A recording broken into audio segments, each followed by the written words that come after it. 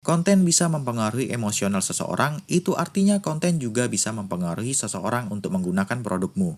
Wow, amazing kan? Assalamualaikum warahmatullahi wabarakatuh. Gimana kabarnya, sehat kan? Sekarang kita hidup di era digital, di mana konten adalah makanan setiap hari yang selalu kita konsumsi. Kalau dulu, konten hanya bisa dinikmati dengan media offline seperti banner, baliho, dan lain-lain. Bahkan kenikmatan konten di media elektronik hanya dapat dinikmati oleh orang-orang yang memiliki budget lebih, itu pun biaya penyebarannya cukup mahal. Tapi sekarang dengan munculnya smartphone lebih ramah di kantong, serta jaringan internet yang semakin luas dan murah, penyebaran konten menjadi sangat mudah dan cepat. Siapapun dapat menerima dan menyebarkan konten dengan leluasa yang hampir dikatakan tanpa batas, seperti berita hoak yang tersebar di grup WhatsApp keluarga. Dengan kemudahan penyebaran konten ini, tidak sedikit juga orang yang memanfaatkan dan bisa menikmati hasil dari konten.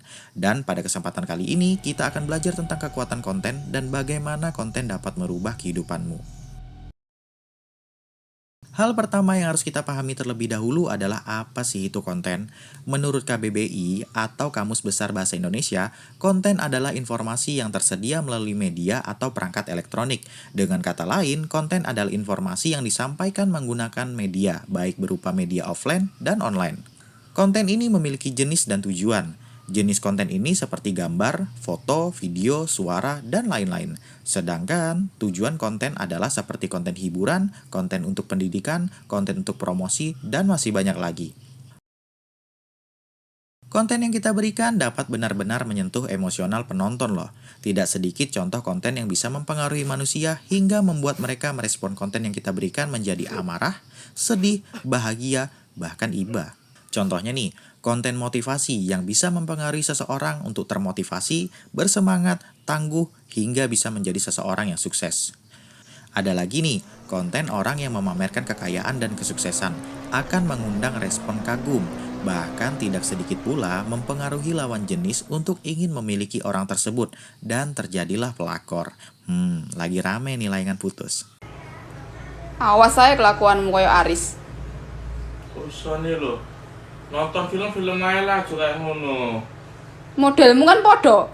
Atau konten yang menceritakan kesusahan orang lain yang akan mengundang rasa iba dan sedih, hingga terkumpulah donasi yang dapat meringankan beban saudara kita yang sedang kesulitan. Gimana? Konten benar-benar dapat mempengaruhi emosi dan menggerakkan hati kan? Ngeri-ngeri sedap nih. Tidak sedikit orang yang hidup dengan konten sebagai sumber mata pencahariannya.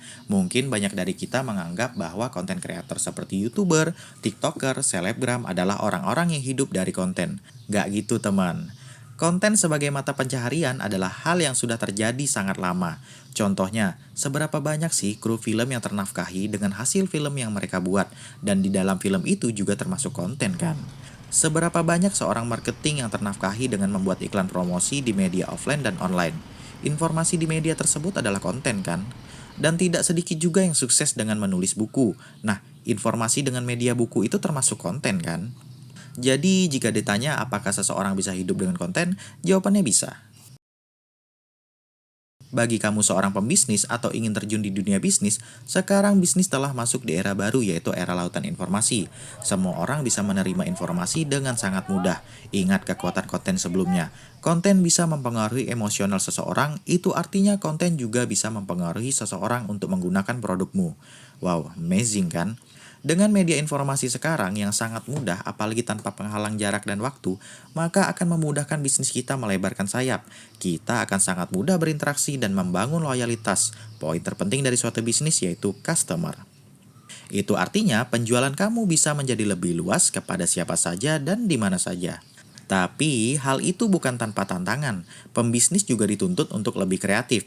Jika dulu kamu hanya berfokus pada produksi produk, maka di era ini kamu juga dituntut untuk bisa memproduksi produk yang kedua, yaitu adalah konten.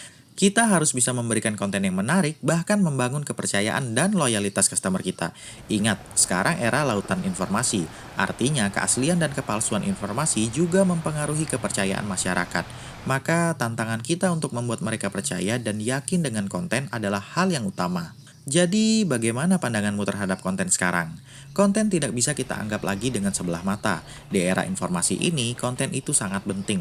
Bahkan, konten sekarang memiliki pengaruh yang besar bagi seseorang dalam mengambil keputusan. Misalnya nih, Politisi bisa saja menang dengan konten keunggulan yang disampaikan kepada masyarakat.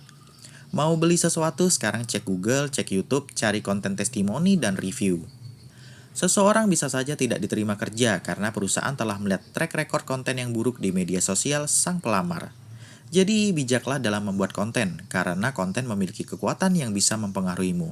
Jika ada kesalahan, aku minta maaf, karena kekurangan hanya milikku sebagai manusia dan kesempurnaan hanya milik Allah semata. Wassalamualaikum warahmatullahi wabarakatuh.